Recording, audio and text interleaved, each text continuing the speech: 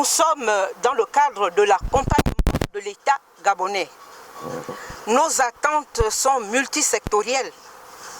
Accompagnement matériel, accompagnement financier et accompagnement technique. Parce que bien sûr, nous avons des supports scientifiques, mais l'État, les ministères avec lesquels nos champs de compétences se trouvent étroitement liés, se doivent de mettre à notre disposition des techniciens. Ce sont des supports que nous attendons éventuellement. 2,5 milliards par an. Si nous voulons vraiment faire quelque chose pour ce pays, et là ce sont des chiffres que nous sous-estimons, mais très honnêtement, ce n'est pas avec moins de 2,5 milliards que nous envisageons resocialiser tout le Gabon, toute la jeunesse, toute la classe juvénile vivant avec un handicap psychologique complètement déstructuré de notre société.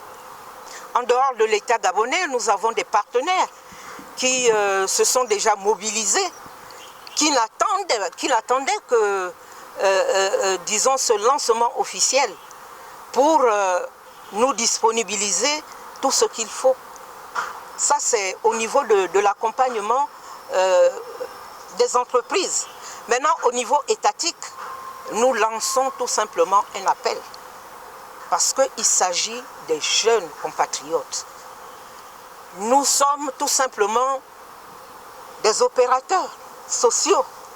Nous le faisons pour le pays, pour le Gabon. Ceci est valable pour les autres États.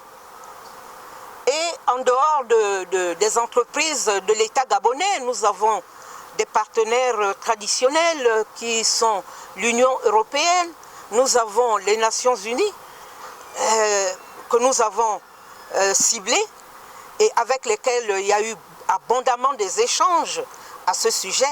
Donc je dis, on n'est pas seul, y compris les partenaires qui ont mis à notre disposition ces jeunes, parce que c'est une chaîne, nous travaillons sur les principes des ODD, Objectifs de développement durable, notamment le 17e, qui favorise l'éclosion des connaissances, qui favorise le raffermissement des liens entre les acteurs de la société, qu'ils soient étatiques, qu'ils soient de la société civile, qu'ils soient politiques.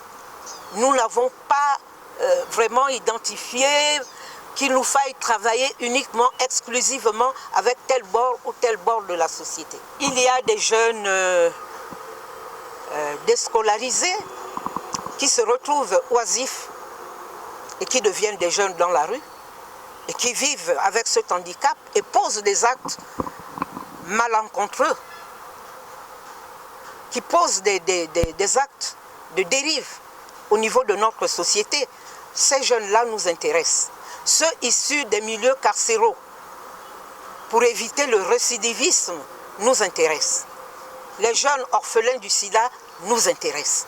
Donc il y a 3 catégories de jeunes qui sont nos cibles.